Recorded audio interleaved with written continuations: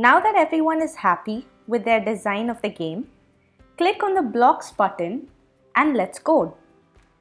To make sure we are thinking methodically and don't miss out on anything, we'll go step by step, or in this case, one element at a time. Since our background has already been set, let's move to our next element, the character. When the game screen loads, what is the character doing?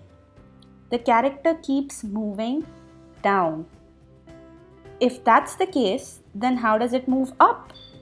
When you tap on the screen of your mobile or when you press the spacebar on your laptop, that's when it moves up. These are the only two things specific to the character. Everything else will be the character's interaction with the other elements.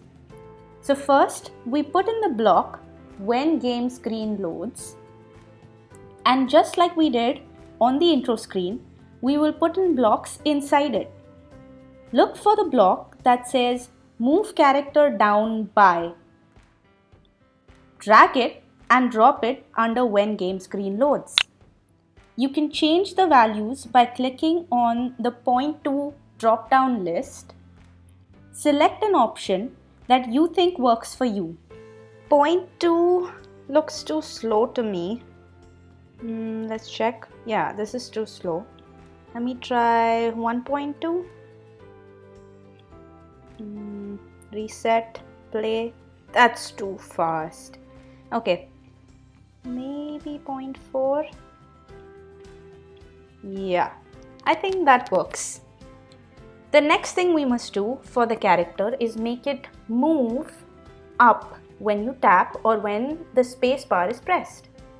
Find the block that says when spacebar pressed.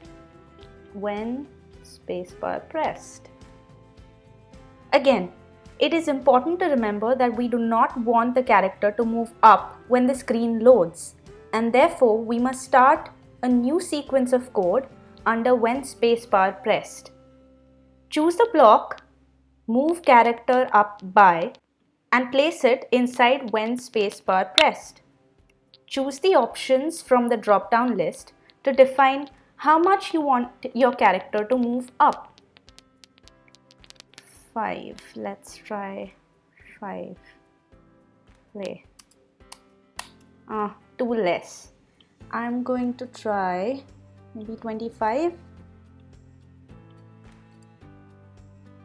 Maybe too much.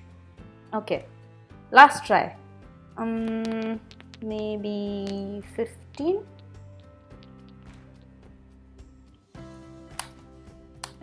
Yeah, that seems perfect.